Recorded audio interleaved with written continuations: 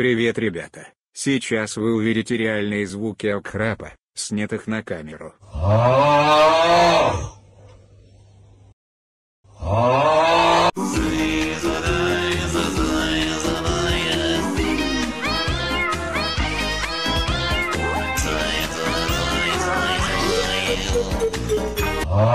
Isto é para vosotros.